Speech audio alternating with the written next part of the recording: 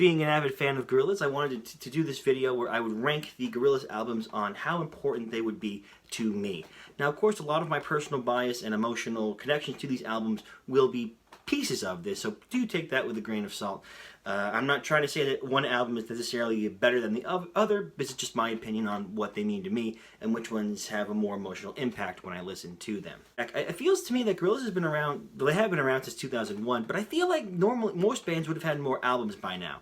But I guess that goes to the testament of how really good they are that it takes so long to make them. Just some criteria for this. I am not considering the Journey to the West soundtrack. I am not considering Like He Had Come Home. I am not considering G-sides, and I am not considering D-sides. Though I will argue that those albums have really good songs in their own right. Maybe I'll talk about those later. But for right now, we are talking about the main Gorillaz studio albums.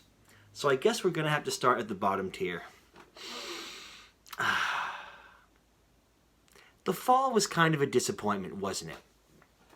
The lore of the album being made on an iPad, The Fall is very bizarre. After the success of Plastic Beach, myself and a lot of other Gorillaz fans were really starving for more Gorillaz content because it just kind of ended on this really weird note. I mean, 3 studio albums, and that doesn't seem like a lot with how long the band had been around at that point.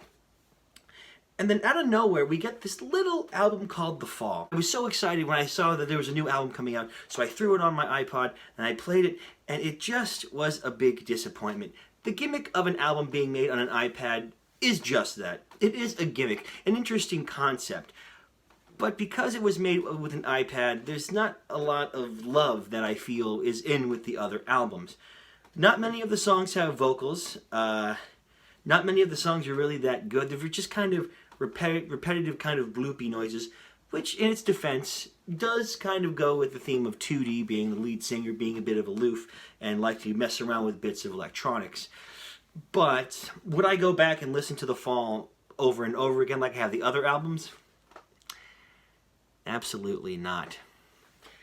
It's not necessarily bad. I don't think that the songs don't sound good, they just don't sound great. They're very bland in comparison. I could probably listen to that whole thing and save for maybe like the Yodeling Man or like the Aspen Forest or Little Pink Plastic Bags. I really don't have a good attention span for it. It doesn't hold my attention. So I kind of just drift as the album goes on. While being an interesting trivia question for Gorillaz history, it's not necessarily the best album. I have a hard time recommending it, even to the most diehard Gorillaz fans. They made it. We're going to have to move on.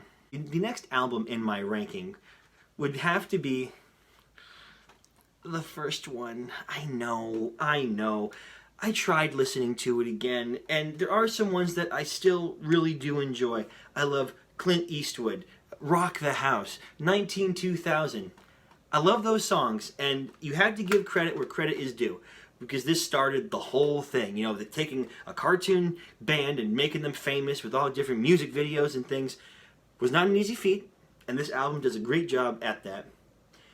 But some of the other songs like Starshine, Slow Country, Brother, they don't really feel that good to me anymore. I have a very, very hard time listening to this album all the way through. Even with the songs that I like and know that they're coming up in anticipation, it just doesn't really thrill me.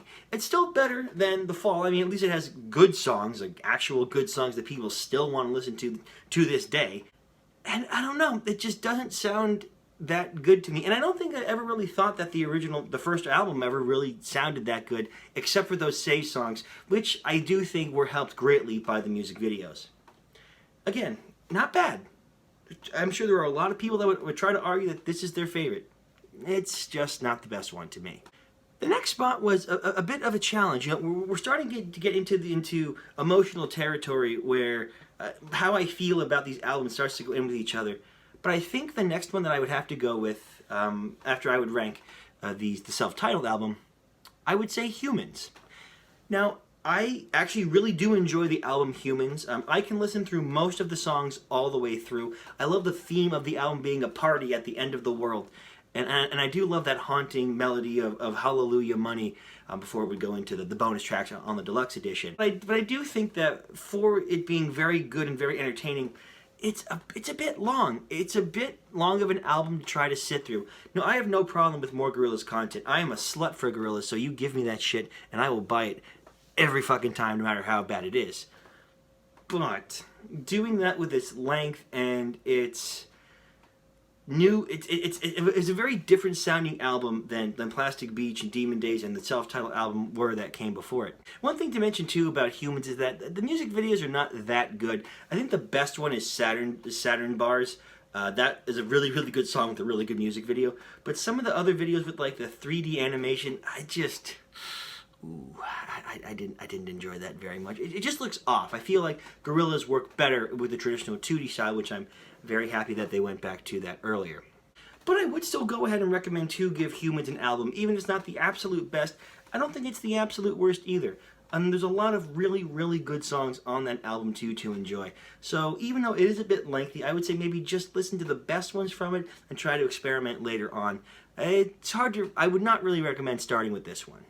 The next album that I would rank on my list of Gorillaz after Humans is, I would have to go ahead and say Song Machine Season 1. Song Machine Season 1 is a very fun album. It has a lot of good hits. But I will say it doesn't necessarily have a cohesive theme like some of the other albums did. It has a very weird pacing when you're trying to listen to it front to back. But because there's so many good songs and so many great collaborative artists, it really does carry itself. And honestly, it goes by pretty quick once you listen to it, even with deluxe editions and bonus tracks and all that. I highly do recommend listening to Song Machine Season 1. I think it's great. But is it the absolute best? No. It's missing little bits that would have made it like super perfect. But again, I can't deny how much fun I had with it. I mean, they got Beck, Elton John, Robert Smith from The Cure. Fucking great songs. It is a fantastic, fantastic album. And I would recommend maybe starting with that one. Just because it has that poppy hip feel to it. And maybe you can ease other people into the other albums through that medium. Next on my list is The Now Now. That's a bit of a weird album, I know. Gorillaz kind of became known for a lot of their collaborations, especially after Demon Days and Plastic Beach. But I think that's why I rank The Now Now so much higher, is that it didn't have the same sound of like so many collaborations. Yes, it did have Snoop Dogg, but you know what the fuck doesn't have Snoop Dogg these days? And I personally love Damon Albarn's voice, so any more songs that I can get of him singing, I think is fantastic.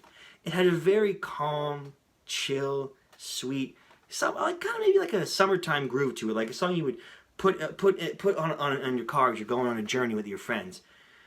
And that last song, Suka, is just so emotional for me because, if you don't know, this was supposed to be the final album, or at least for a long time, with Gorillaz. Damon Albarn was going to get back to with Blur, but that ended up not working out, so he decided to go ahead and make more Gorillaz content because, you know, we're hungry for it. But the last song, Sukai, is every time I listen to it, I just think of, wow, this was supposed to be the last song that Gorillaz ever made. And it's bittersweet and beautiful. And a lot of these songs on this album are bittersweet and beautiful, almost like we're saying goodbye to a friend that we might not see ever again.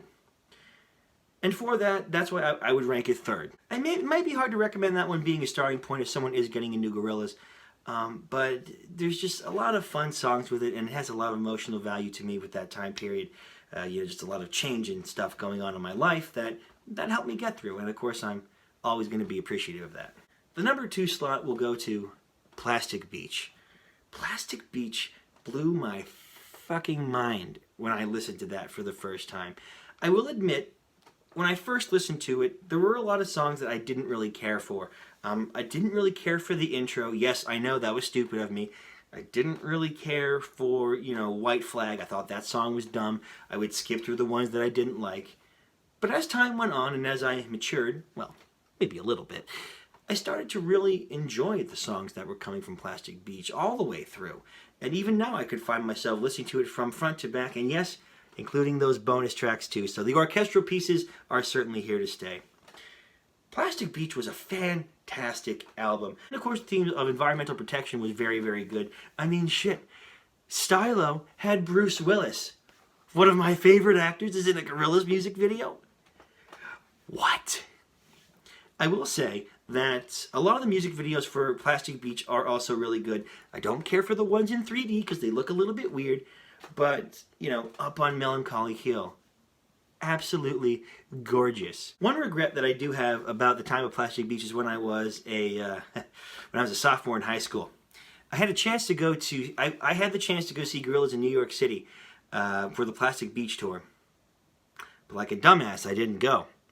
And I went to a high school dance with a girl, and you know, it didn't really work out that well, if I'm being honest. So I kind of made the wrong choice. I wish I could go back in time and go see Plastic Beach live so I can see To Binge and Empire Ants and Glitter Freeze and all these fantastic Plastic Beach songs, but, well, live and learn. I certainly won't make that mistake again. Next time, every time there's a Gorillaz concert, you bet your sweet ass I'm going to be there.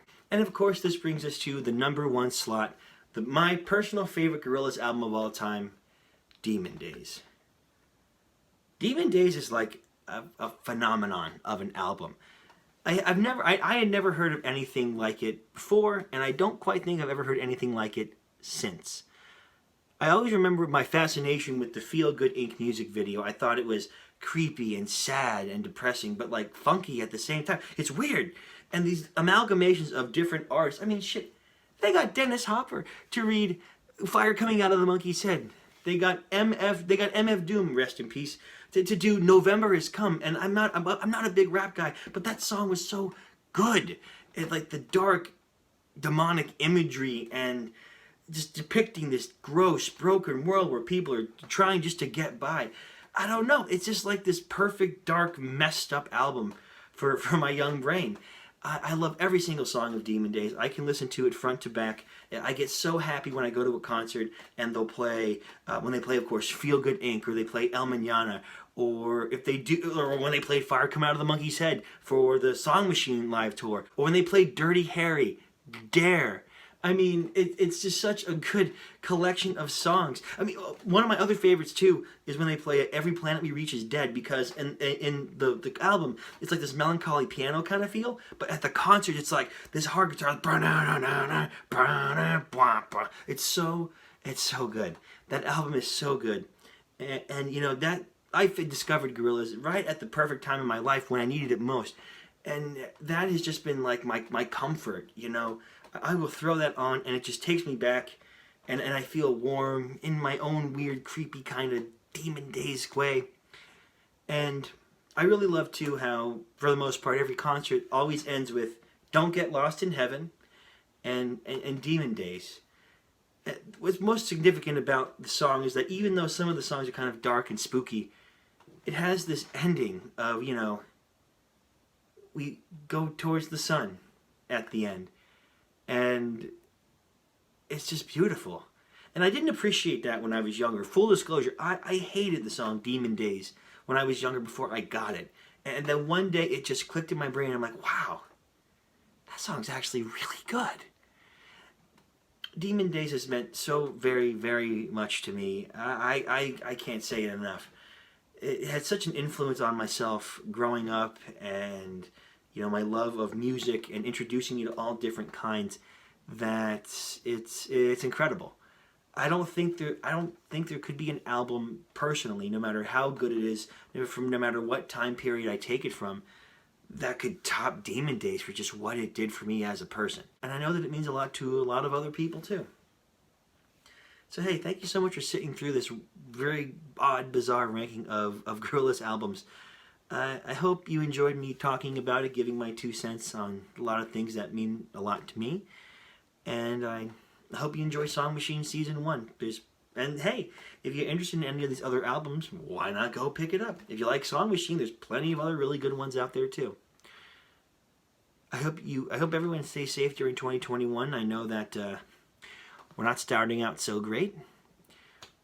But maybe if we all be careful, and we all be safe, and we all take care of each other, maybe we can come towards the sun on this one too. Well, thank you guys so very much, and I'll see you in the next one.